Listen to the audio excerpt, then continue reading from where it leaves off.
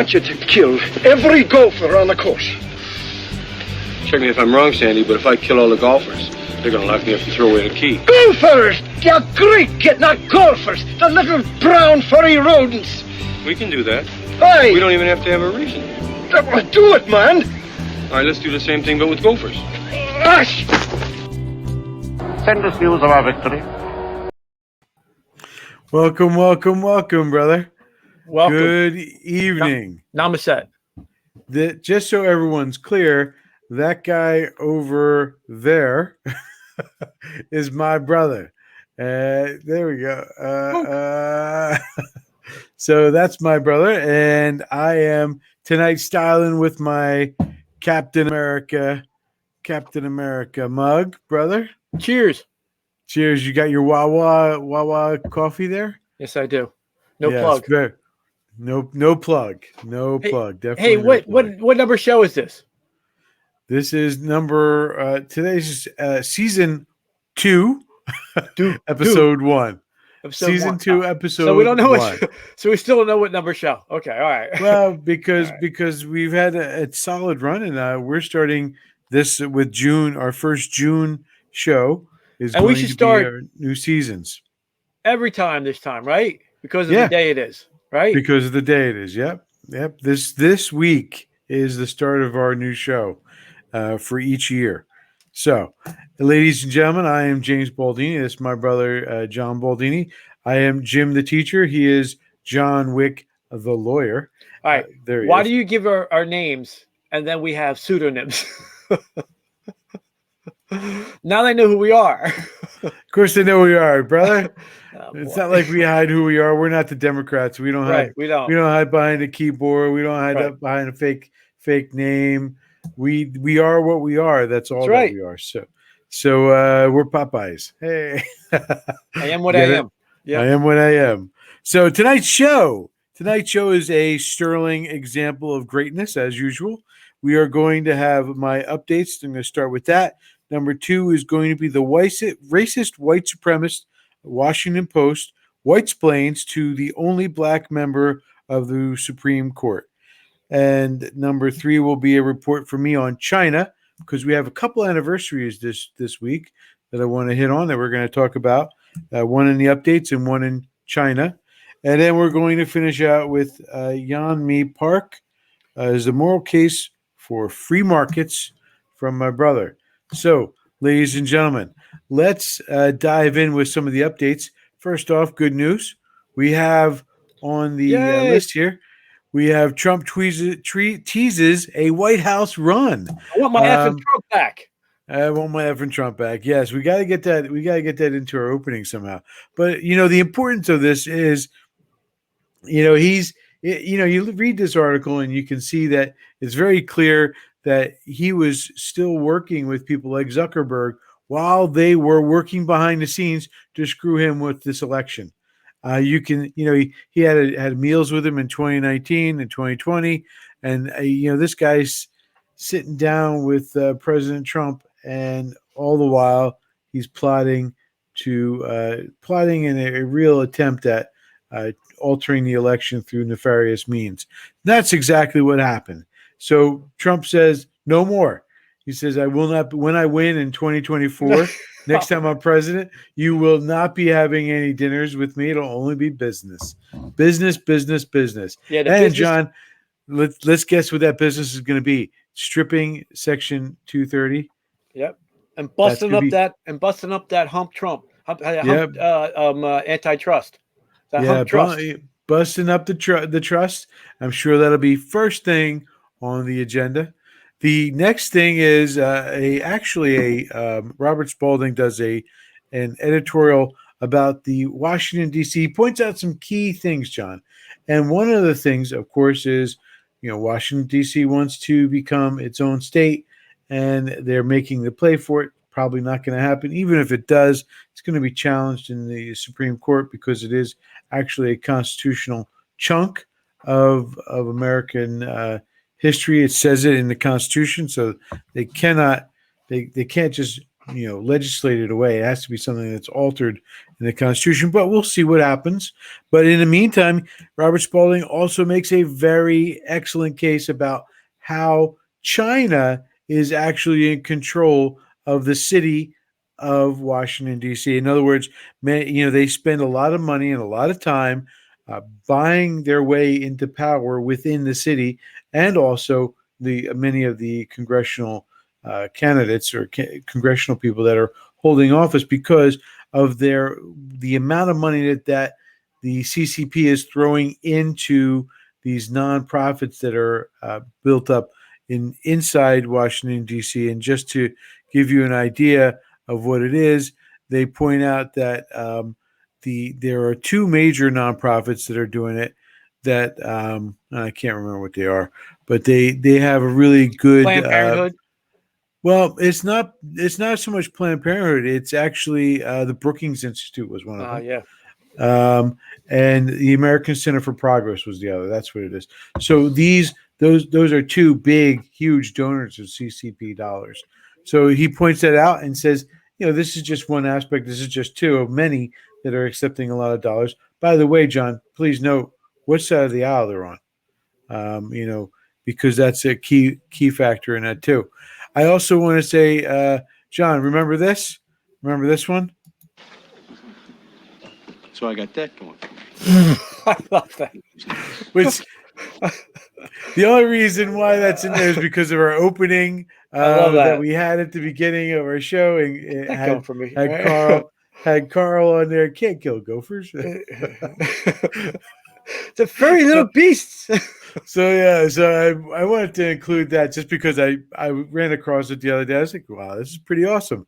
I like this. So and then of course I can't let today go without discussing one of the largest, biggest, most important days in history, June 6th, which is, of course, as you are aware, I know you are aware, is D-Day. For those of you who don't know what D-Day is Operation Overlord, where Allied forces crossed the English Channel and struck at Normandy and invaded Europe to fight back against the Nazis and push back against what the Nazis have taken control of. This is the first step of reconquering Europe, and of course, it was a freeing Europe. Or yes, freeing Europe from the grips of the Nazis. And John, this is one of these moments. This is the longest day that we're seeing in the background. John Wayne. Yes, an excellent movie. It has so many famous actors, Robert even Mitchell. From an unknown, unknown Sean Connery to Peter Lorre, and you got a whole bunch of British, American, John Wayne, of course, the Duke, and it's just a wonderful display of editing and acting and putting on a good explanation of just one single day of this most important day, one of the most important days of World War II. So, we can't let this day go until we talk about it, because it was such a risky adventure, risky attack, and so likely to fail. But of course, it succeeded because, the Allies did such a wonderful job in planning and making it happen. And it was John, such a difficult operation. And these guys make it look, show a lot of realism in what was going on. And this is actually one of the movies that was like the standard. You have to overcome this standard because it is such a high bar that they've created in making this movie. So I want to make sure I get that into the video because, well, after all, it is June 6th, and today is, when this is airing, is June 6th. So make sure you take an opportunity to either thank a veteran or watch the movie. Eddie Albert. Yes. I do want to push back on the idea that this was a great plan. Forward history there, brother. Well, Eisenhower I'm talking was the about dumbest general, and this is the dumbest. I'm not talking about Overlord, John. I'm talking about the way they put the movie together. Well, right, but it was the dumbest way place to invade in the entire coast of Europe. It's the biggest mistake, one of the biggest boondoggles, proving again the professional military is almost reprehensible in that they were going to attack the Normandy, which was filled with, historically, who? Who was the Normandy? Normans. And what did they do? Who were they? The Normans are the ones who conquered England. I mean, in 1066. Right. They were Vikings/Romans who fortified with its hedgerow after hedgerow that area. So no professional, you mean Hitler and the staff of Germany, was suspected it coming that way. So you could say it was a complete surprise attack. Except, again, the reason why is because no professional. If it wasn't for the individual Americans, figuring, we got to get out of these hedgerows, and coming up with, there was I read a fascinating detail of this. They actually, a bunch of, a guy who worked at a farm said, I know what I had to do with these hedgerows. What we used to do is we used to take ragged pieces of metal and weld it to the bottom of our tractor and hit the tractors hit these hedges at full speed. And so they went down to the beaches, but got a bunch of the Nazi National Socialist obstacles, and they did 2 lines of retrofitting tanks, welding onto the bottom of it on rows of like sharp edges so that, and then they could get the tanks, the M4s, up to full speed and hit the hedgerow to bust through. Of course, they did it in a matter of days, and there were welders that went blind. They just, can anybody weld? They grabbed up American citizens from the army. Can anybody weld? And they welded in 2 lines, different production lines to do this, to break out of that. But your point is well made. It still worked. Still. So what can we do? But just wanted to point that out. We had to get back into Europe, and this was the plan to get across. Brilliant. Yeah. But so anyway, that's June 6th. That's the updates that I have for you for now, brother. I will now pass the baton to you so that you can discuss the white supremacist racist of the Washington Post. Yes, an article came out from the Washington Post by Miss or Mr. Eli or whatever Rosenberg over the recent decision from the Supreme Court in Box versus Planned Parenthood of Indiana and Kentucky, and basically Clarence Thomas, the great Supreme Court Justice Clarence Thomas, did a 20-page concurrence to the opinion, citing a lot of actual facts and history that sent the left nutso about Planned Parenthood, the racist pig Margaret Sanger, and the eugenic nutjob mission of Planned Parenthood from the early days. And in typical fashion, they want to white-splain to the only black Supreme Court justice about history. And so this article, I was so offended by it historically that I had to select it for our topics, because it's about abortion, and I'll get to the actual his actual concurring opinion in a little bit. But the article starts as from Mr. Rosenberg or Mrs. Rosenberg, wherever they declare themselves to be.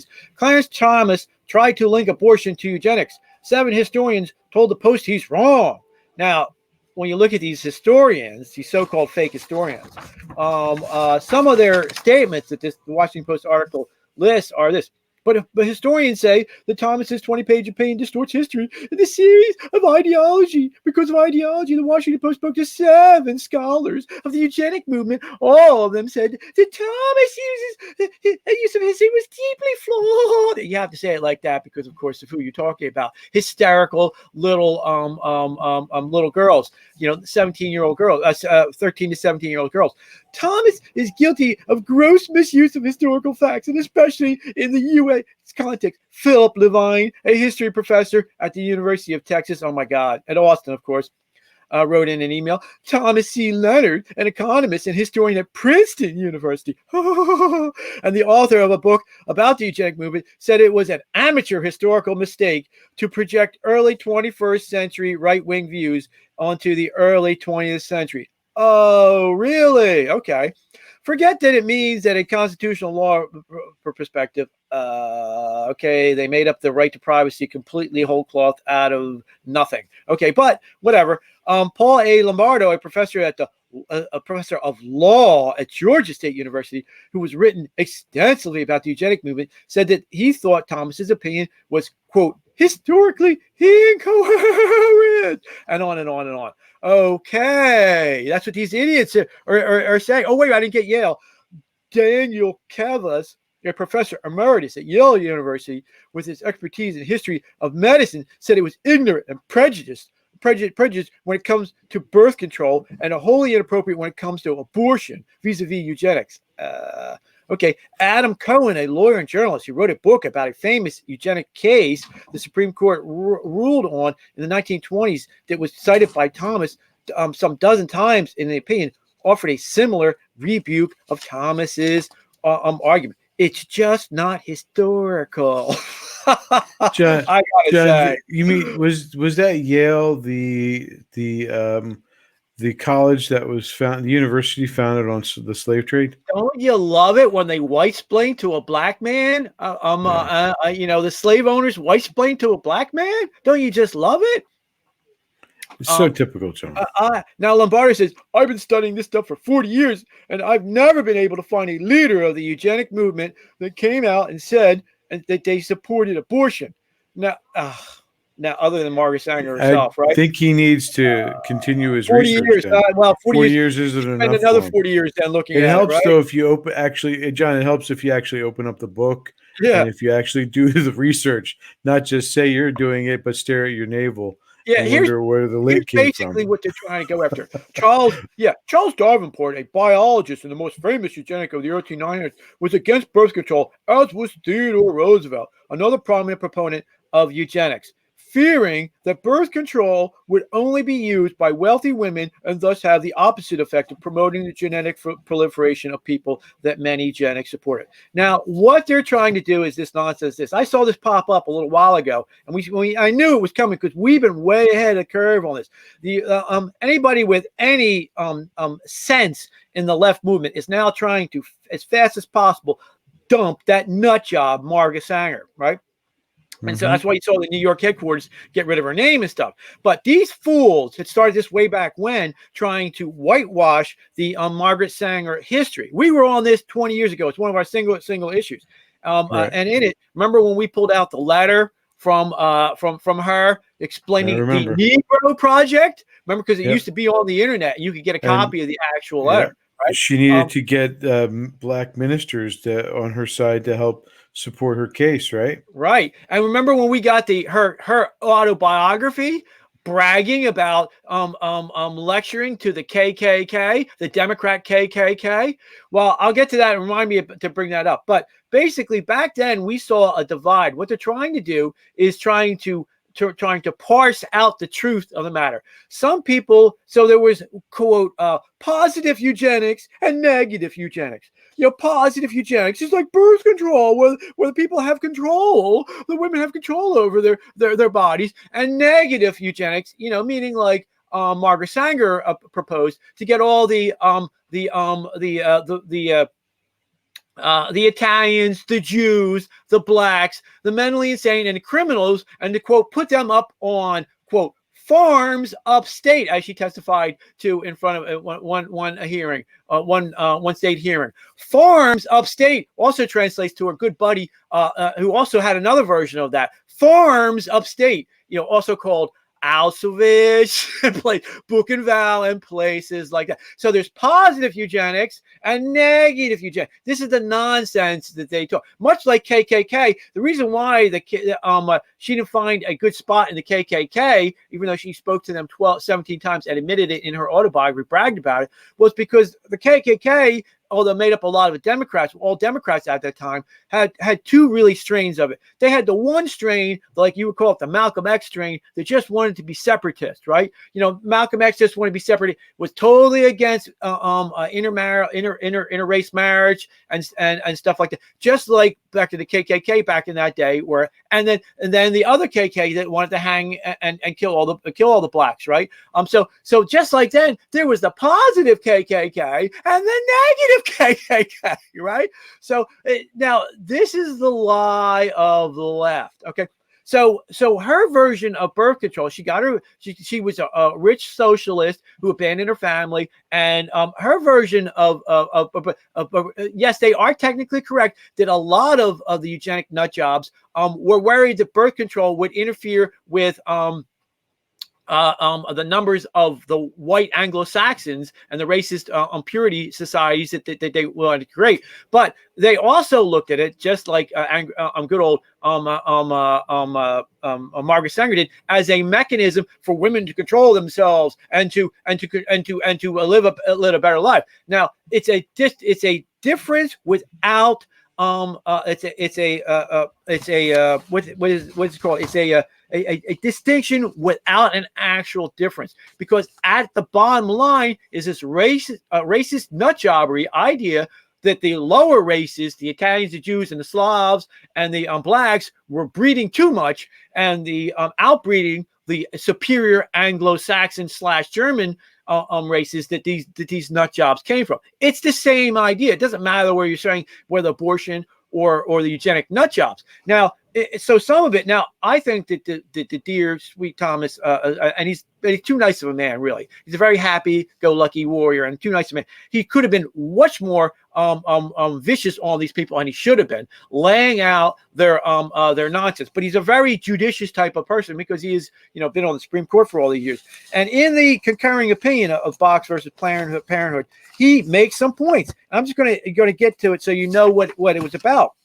I write separately, this is Thomas, to address the other aspect of the Indiana law at issue here. The sex selective and disability abortion ban in the Indiana Code. This statute makes it illegal for an abortion provider to perform an abortion in Indiana when that provider knows, meaning the abortion doctor, knows that the mother is seeking the abortion solely because of the child's race, sex, diagnosis of Down syndrome, disability, or related characteristics, excluding lethal fetal anomalies from the definition of disability. The law requires that the mother be advised of this restriction and given information about financial assistance and adoption alternatives. But it imposes liability only on the baby killer provider. Okay, I added the baby killer provider. So basically, what they're saying is you can't kill little black babies, or Black Baby Lives Matter.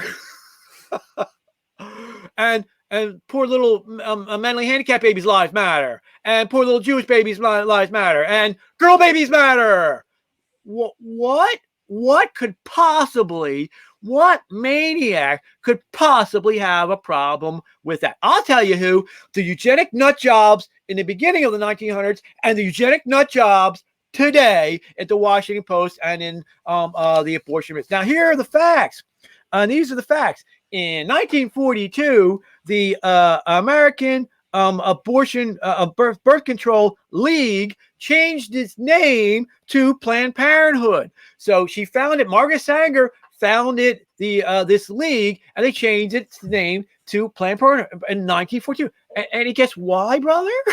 What was going on then in 1942? What happened? Would that be World War II, brother? Oh, you're not saying to me that it looked really bad to be associated with a bunch of racist nutjob Nazis running around, would you? And they had to go underground. And so the National Socialists had to go underground in this country and hide under the name Planned Parenthood, right? Now, since then, of course, the other fact I want to bring up, in 2003, we've done the numbers. The African Americans, Black Americans, had 39 million, according to the census in America, tied with Hispanics. That was a year that they got replaced as the number one minority in the country by Hispanics. Fast forward 2020, there are 52 million Hispanics and only 39 million still blacks. Oh, they're playing games with that. I'm not going to get into it, though. The games are playing with it. Why? Well, because the abortion rates are, these are the facts, 3.5 times for the black Americans than they are for whites. The facts are they're only 30% of the population at max, and they are produce 50% of the abortions, and they put all the Planned Parenthood and abortionaries in the city to kill black babies. Okay, you do that enough, and you're going to get the wipeout of the black race demographically in America by the in the next decade. So we're seeing now the end of riots in cities and Black Lives Matters and stuff like that. We're seeing now the end of even the electoral consequence of having black people. So if we don't get a black Republican in now and a black as president and vice president, they're not going to happen, because they're going to go down to the low levels of the Asians with the demographic collapse that's going on in the black community right now. That these fools, I'm sorry, these racists know this going on. So you're not going to have just like you with the Asians. Who's going to put an Asian on a ticket? Unless they claim to be half black, like Kamala Harris, right? So those are the actual facts. And so there's estimated that there's a good 20 million missing black people thanks to abortion. Now, it's not just them, though. Remember, it's their children and grandchildren. So that's 40 million and 60 million at least. So if we had the actual facts if we didn't have white supremacists like Washington Post, Margaret Sanger, and all the Planned Parenthood asses, we would have 59 million black people, and they would be the number one majority today. And then in the future, we would have 79 million black people, and as much as 99 million black people in America, and you would have the dream of America being for all colors peoples. Now, why could they be against that? It wouldn't be pourquoi? Why would they be against it? It wouldn't be because they're racist, would it? Here's what Justice Thomas points out in his concurrence in some of the language that he wants to bring out. So he goes, characteristics protected by this law can be known relatively early in pregnancy, and the law prevents them from becoming the sole criteria for deciding whether the child will live or die. Put it differently, this law and other laws like it promote a state's compelling interest in preventing abortion from becoming a tool of modern-day eugenics. He's just calling it out as it is, right? The term eugenics was coined in 1833 by Francis Galton, a British statistician and half-cousin of Charles Darwin, noted racist pig. Okay, and he goes on to say, and I want to get this guy. All influences that tend in however remote a degree to give the more suitable races. This is good old the founder of eugenics, Francis Galton, right? The more suitable races, we know who that is, or strains of blood, a better chance of prevailing speedily over the less suitable and they otherwise would have. That's the definition of eugenics. And he goes on to point out that Galton, for example, purported to show as a scientific matter, now this is the fake science of the 1900s, that the average intellectual standard of the Negro race is some 2 grades below. He really wasn't a statistician. He was just another moron. It would be 2 standard deviations, but he was just another rich socialist, upper class English guy. But that's what. Sorry to interject that little math there, right? So let me read it again. The average intellectual standard of the Negro race is some 2 grades below that of the Anglo-Saxon, and that the number among the Negroes of those whom he should call half-witted men is very large. Gee, you don't think that guy was a nut, right? No. That's what they're objecting to. They're actually objecting to this. And I did want to go on for one more, because they pointed out that case. The case that they were pointing out to is the court threw its prestige behind the eugenic movement in 1927, the Supreme Court decision upholding the Constitution of Virginia's forced sterilization, because America did this way back when. In Buck versus Bell, the plaintiff, Carrie Buck, had been found to be a feeble-minded white woman who was the daughter of a feeble-minded mother and the mother of an illegitimate feeble-minded child. In an opinion written by Justice Oliver Wendell Holmes and joined by 7 other justices, the court, meaning Holmes, offered a full-throttled defense of forced sterilization.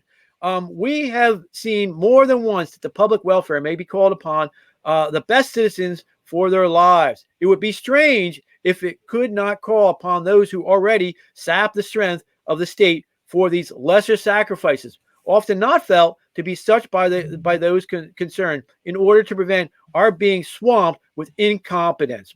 It is better for all the world if instead of waiting to execute degenerate offspring for crime or let them starve for their imbecility, society can prevent those who are manifestly unfit from continuing their kind. The principle sustained compulsory vaccination is broad enough to cover cutting the fallopian tubes. Then he says this famous line, 3 generations of imbeciles are enough. Good old Holmes. Now, I've always thought that this is the perfect example of cosmic irony, because he is 3 degrees of moron himself to say something like that. And I would say, perfect example of why we cannot be ruled by this unelected bureaucrats of 3 degrees of moron like good old Wendell Holmes. And that's what the Supreme Court had said about. So this is no small thing. These actually Thomas is bringing out, the court's already done this and okayed this, and we've learned through a great expense through World War II the evilness of this, and that's what the Nazis did. They rounded up all first, not only did they round up all the the mentally unfit, the people with mental health problems, but also all the homosexuals, and then all the all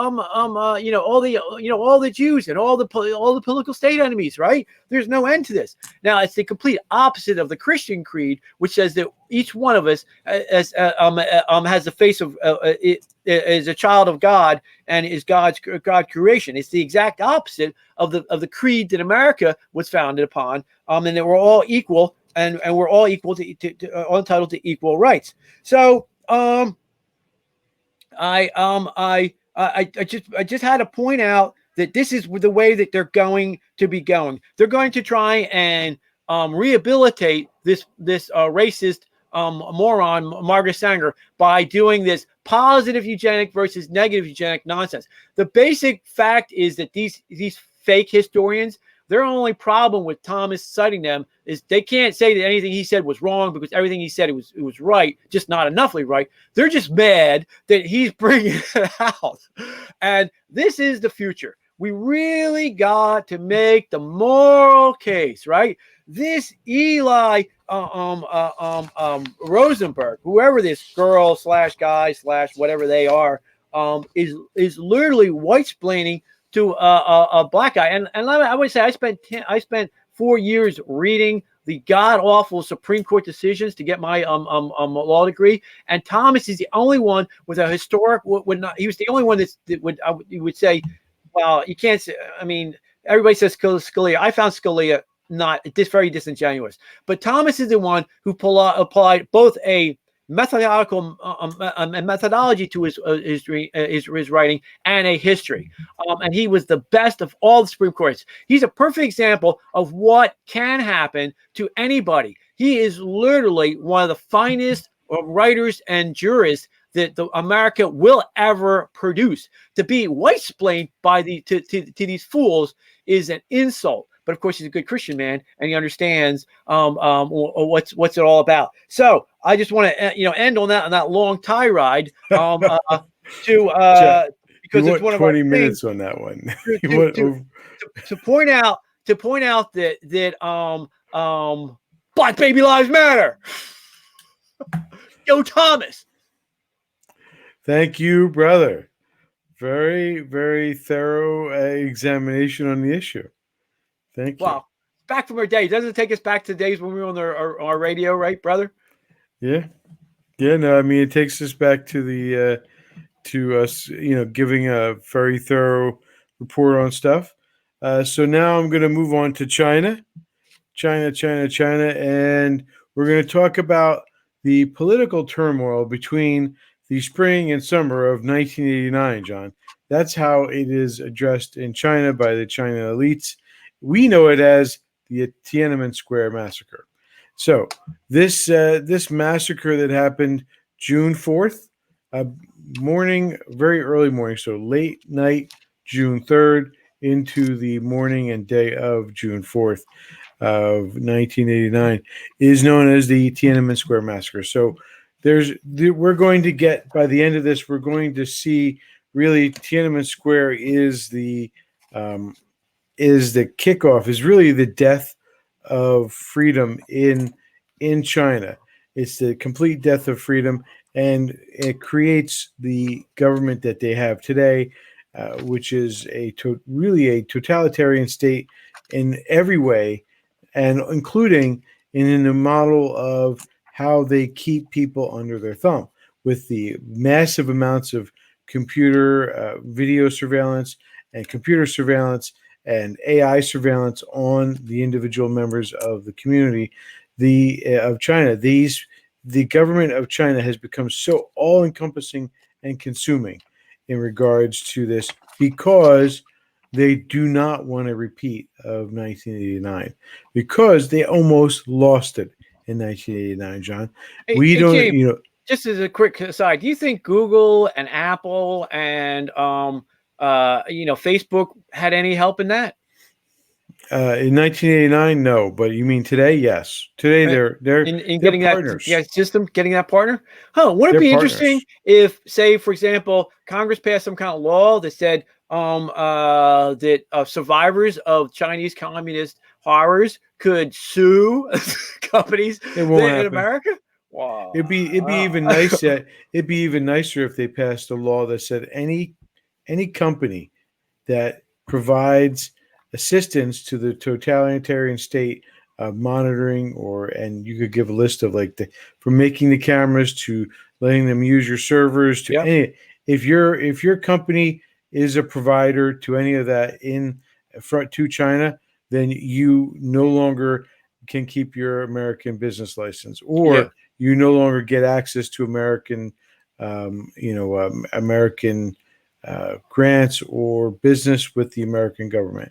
That would be, a great way to really start. But that'll never happen, because China has bought so many members of both parties that they will not, they'll never be able. That'll never pass, because they have too much influence on the way our government runs. Look at the way we Fang Fang, who is able to infiltrate, and she's just one of probably 100,000 members who have been able to do it of the Chinese government, working, or secretly. But this political turmoil, just a little brief history lesson on what happened. The causes of it started off with the death of Hu Yaobang. He was a reformer. He and another guy, Zhao, were two reformers within the Communist Party. When I say reformers, I mean actually legitimate reformers. They saw communism as being something that wasn't viable. That, in fact, all the Mao plans, I think they wanted to throw out the door for a capitalist market, a free market that would allow the system to grow. They were looking to get more freedom.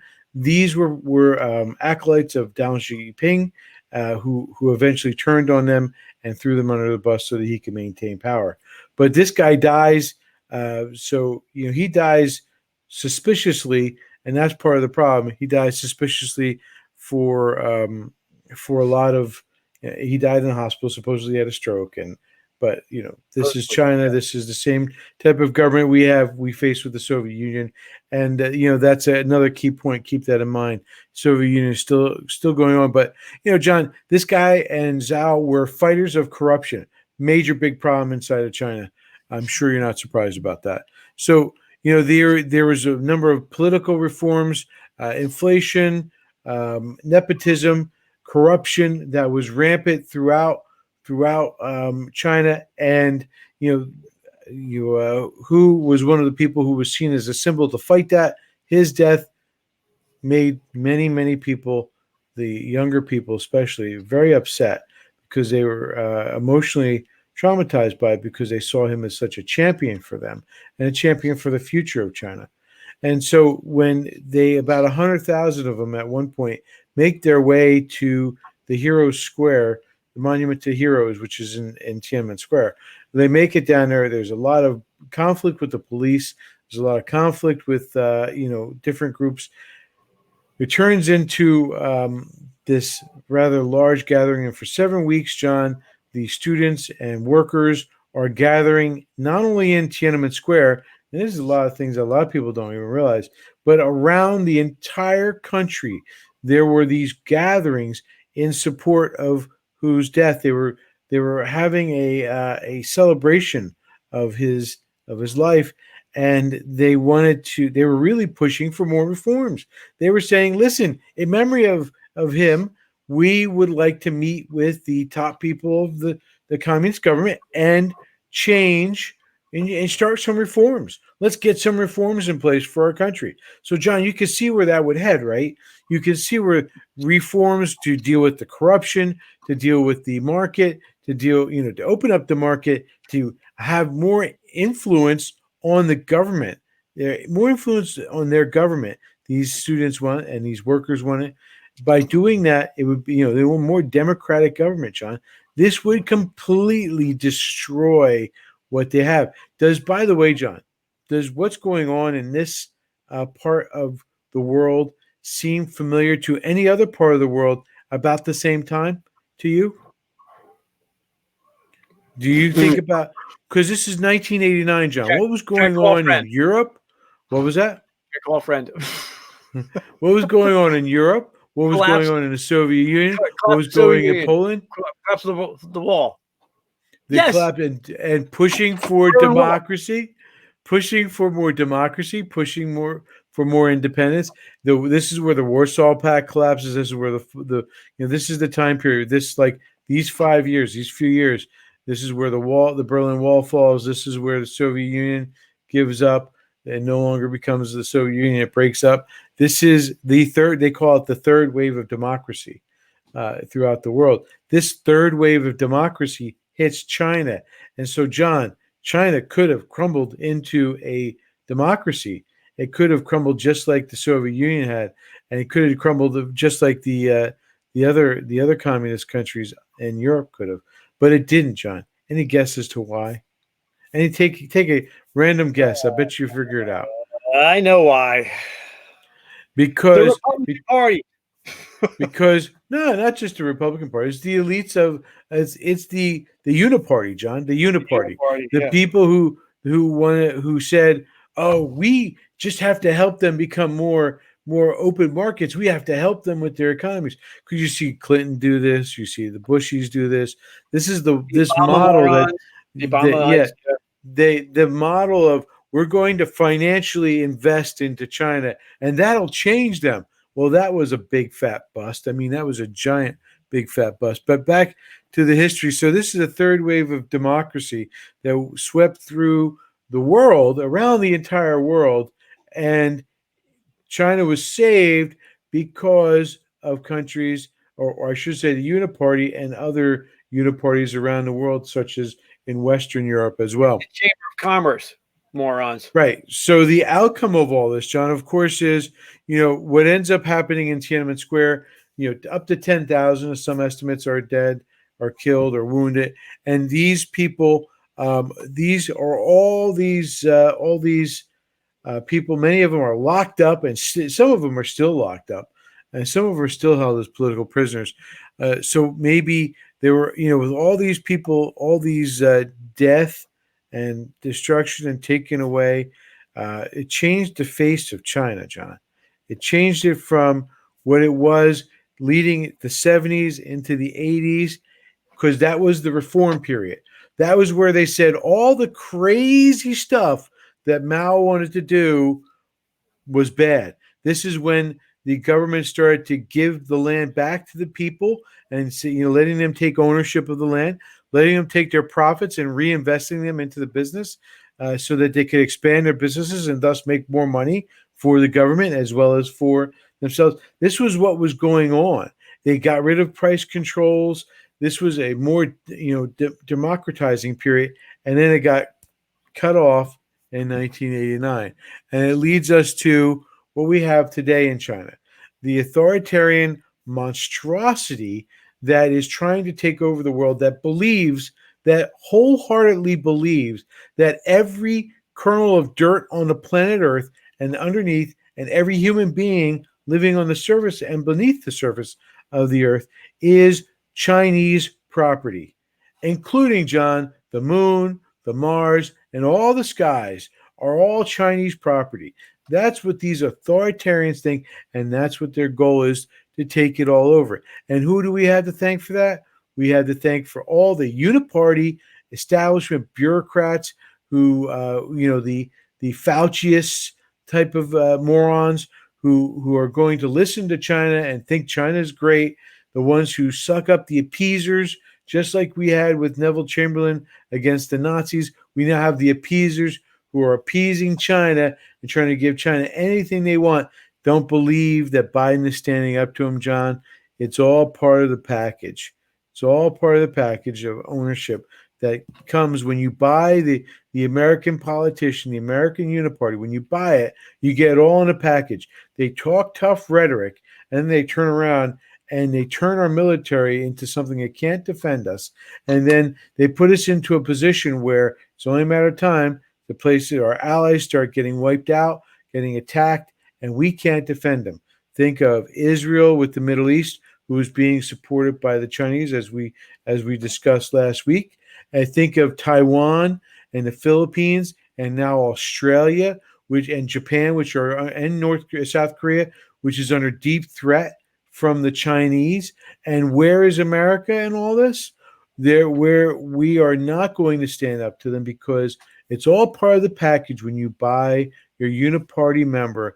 And they bought the guy who sleeps in the White House, who thinks he's sleeping with his sister because he called her his sister a few times. That guy who is completely unfair. And John, I want to give a shout out to Snake Doc. I want to give a shout out to Snake Doc that I should have done in the opening show. He texted me tonight. He said, "Hey, did you know that they're renaming Washington, D.C.? D.C. is now no longer going to be known as the District of Columbia. It's going to be known as Dementia City. D.C. is going to stand for Dementia City." Snake Doc. Shout out to Snake Doc, brother. So that's my China brief.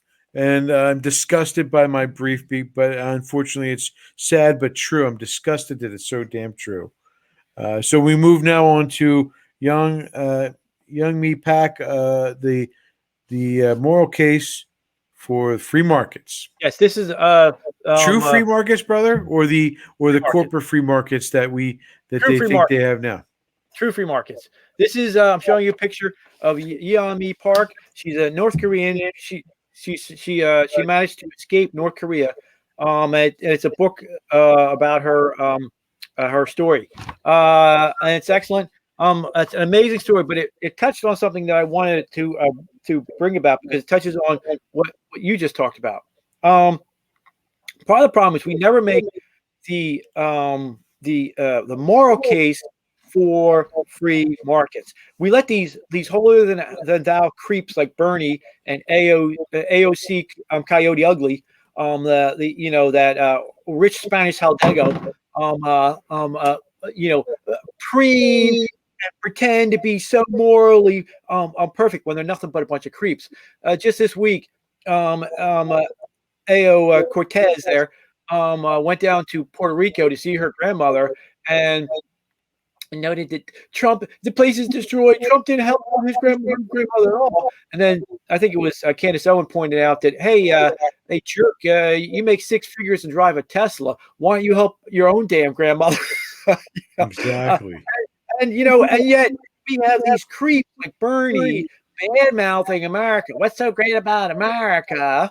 And saying all this nonsense, where he goes to places like El Salvador and reads them poetry while they're that jerk, or because he's a prop for Tego, the mass murderer nut job, to have open graves where they're killing all the poor peasants who resist them in Nicaragua and throwing them in mass graves.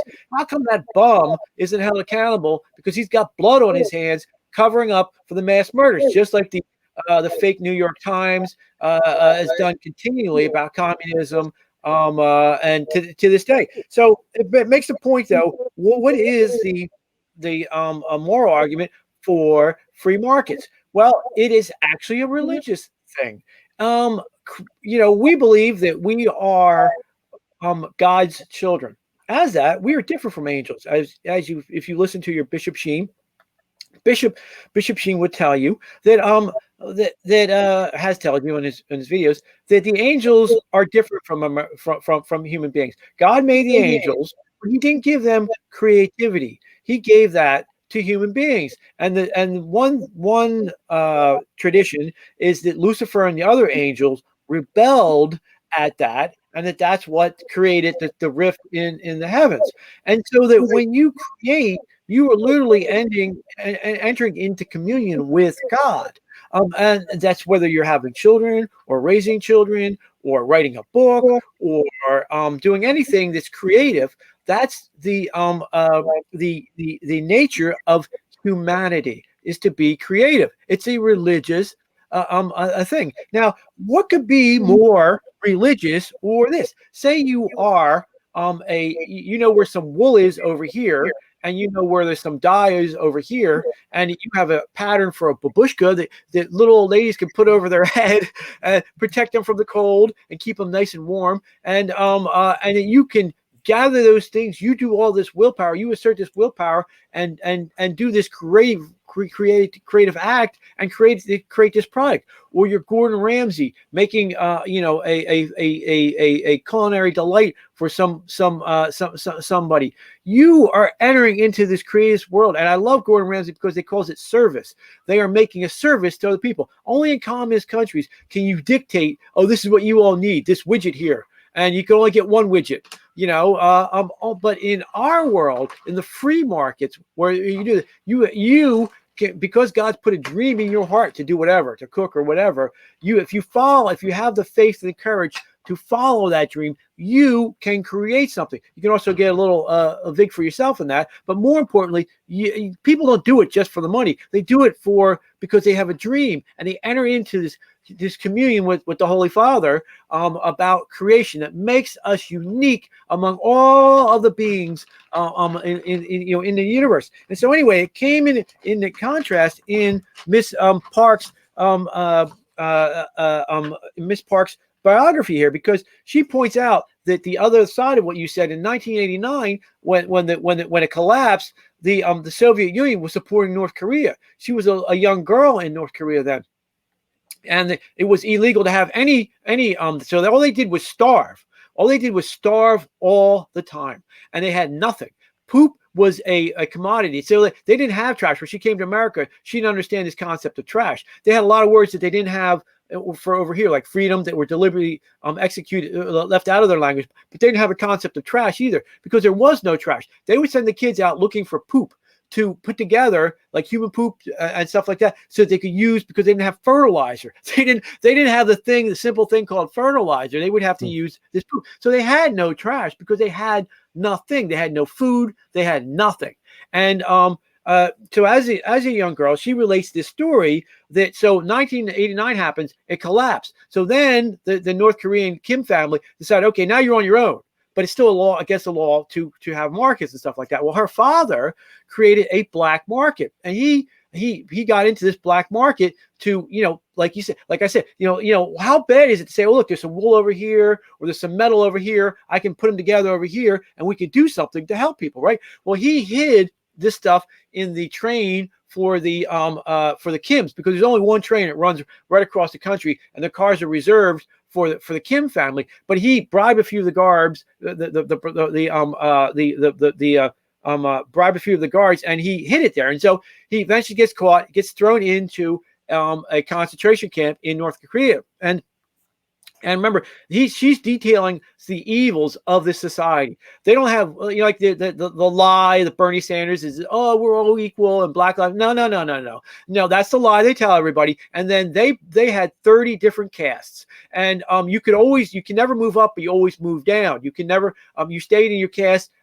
You literally had a caste system, and if you committed a sin or something, some infraction, then everybody in your family was also dropped a caste. So they had a case where somebody defected, and they murdered 30,000 people from that guy's family because he defected, because that's his sin. That is generational. And she points out, much like the National Socialists over in America today are saying, right? She throws in a few killers like that, which are unbelievable, right? And so because she draws the parallels between the national communist socialists in today running around and the ones in China and North Korea, and the North Korean is a Stalinist communist society. So she also points out that so if you have an infraction, their world is like, you literally have, she said the closest way to describe it is imagine the Hunger Games. You have like a central district where they're well fed and everybody else starves to death. There is rice is a luxury. Most people are just starving on eating on bugs, and most people die in spring because there's nothing left to eat. And so her father is just doing this to get money, for food for his family. So he gets caught, he gets put in a concentration camp, and then she sees them afterwards, and she makes this unbelievable point. She says to most of us, you read 1984 and it's just a theory thing, right? Where, and she's referring to, she doesn't say it, but I'm sure she's referring to, if you remember from your 1984 George Orwell book and the movie with Caligula in it, John Hurt was amazing in it. Winston, of course, his greatest fear is rats, so they put him in, Big Brother puts him in a room full of rats, and he keeps saying to him things like 2 + 2 = 5. 2 + 2 = 5, right? And until Winston says, because he's all bit up, 2 + 2 is 5, and he goes, okay, well, we're gonna put you back in the room now, Big Brother. And he goes, why? I said it. He says, yes, Winston, but you said it, but you don't believe it. You need to believe 2 + 2 is equal to 5, right? And she says, to most people, that's just an intellectual exercise. But when she saw her, and to see this is unbelievable, right? Right, to see her break down when she's telling this, to see her father come back, she says that's who her father was, Winston. He was an empty person. He would just sing these songs to him again. I have not done enough for the King family. Oh, shame on me, and stuff like. It was just brutal. It's so sad, right? And so anyway, she goes on to detail part of her life, and so. They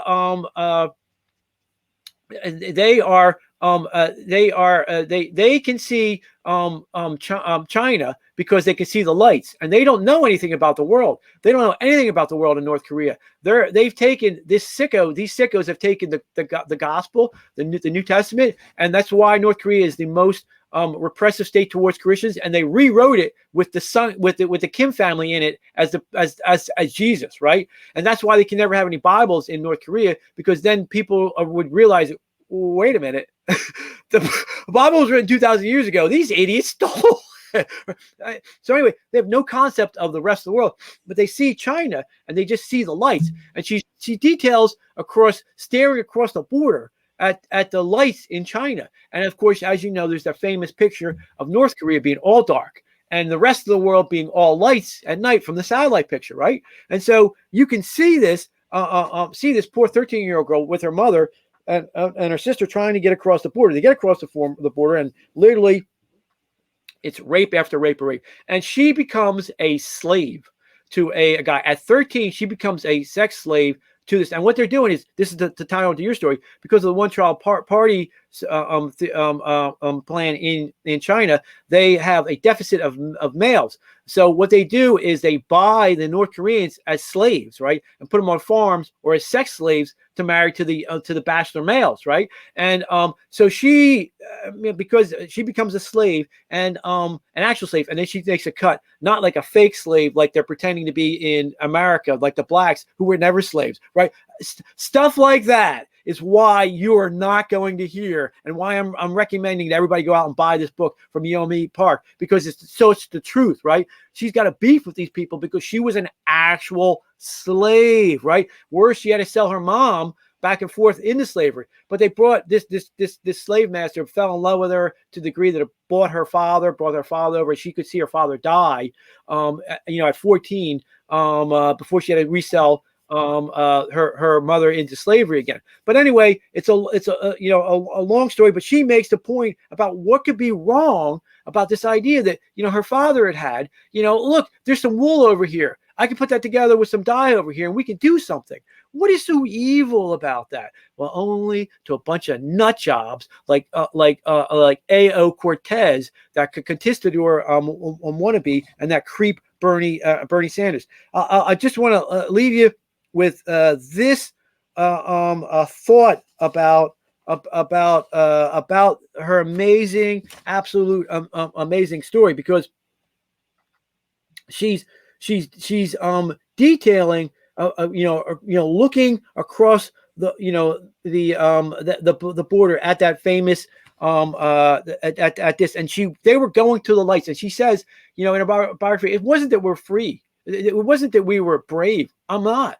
We were just starving, and we thought that there would be food under the lights. And at points, she breaks down because she thinks that she was such a sociopath, because she would be in the hospital and somebody would go help me, and her reactions would be dead. But that was because she was so driven down to survival level, being so starved. She only weighed 50 pounds at age 13 and 14, as she would make this trek over to across the border to get to Chinese communism, which is one degree of freedom of there. So they keep saying to us again and again and again, we make this mistake that my own kids, we fall into the loserism of the left. And that's what I call this religion of socialism, communism, really, because basically our guy wins.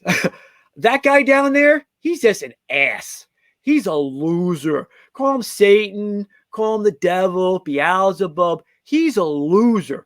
And so when you fall into, when you like Marx and you're not being rewarded with all the accolades that you demand because you sit on your butt and never take a shower, that's your fault, right? You have freedom of action. You can make yourself something. And a lot of people, we all get broken down by our struggles, but some of us make that into our testimony, make our test into our testimony. Other ones of us fall into this loserism of blaming it on everybody else, blaming it on capitalism, blaming it on the unjust system and all this other nonsense. And they fall for what Mike Tyson says is this. Mike Tyson, and we have to put this on the video on the one time, he said, you just made the devil your master. When he's talking to a young African-American white end who can't give up and show mercy to anybody and wants to get into this evil, he said, you just made the devil your master. And that's what these fools are doing. They're making the king of losers, they're making Mr. Loser King himself their master. And that's why it is a religious thing. Free markets is a religious thing. And what's so great about America? I'll tell you, we have light and food, you morons. Get the hell over yourselves. Get off your asses and get back in the game. All right? That's what's so great about America. It's called freedom, jerks. Live with it or get out. Only you ain't going to like it when you find over there in North Korea and China what it's really like. All right? And so that's our moral defense of free markets. All right? I don't use that term for capitalism. I refuse. Marx was a pig. Good, very, very good. Excellent show tonight. That's the end of our show. Remember, if you've watched this far, please like and subscribe. Tell your friends about us. The best way to spread the message is to tell people that you know and you care about. The only way we're going to be able to push back against the left, the only way we're going to be able to push back against cancel culture is if we push back by spreading the message, the good message, the message of freedom and liberty and God and country. So make sure you take a moment, make sure you take the opportunity to like and subscribe, share, and tell your friends about us, because we are fighting the battle of freedom.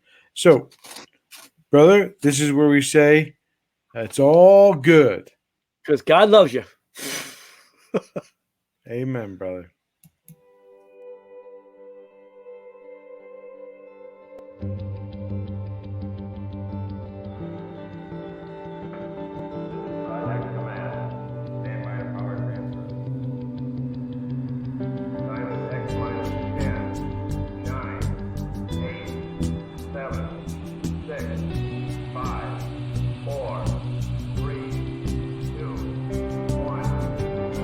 Fight and you may die. Run and you'll live. At least a while.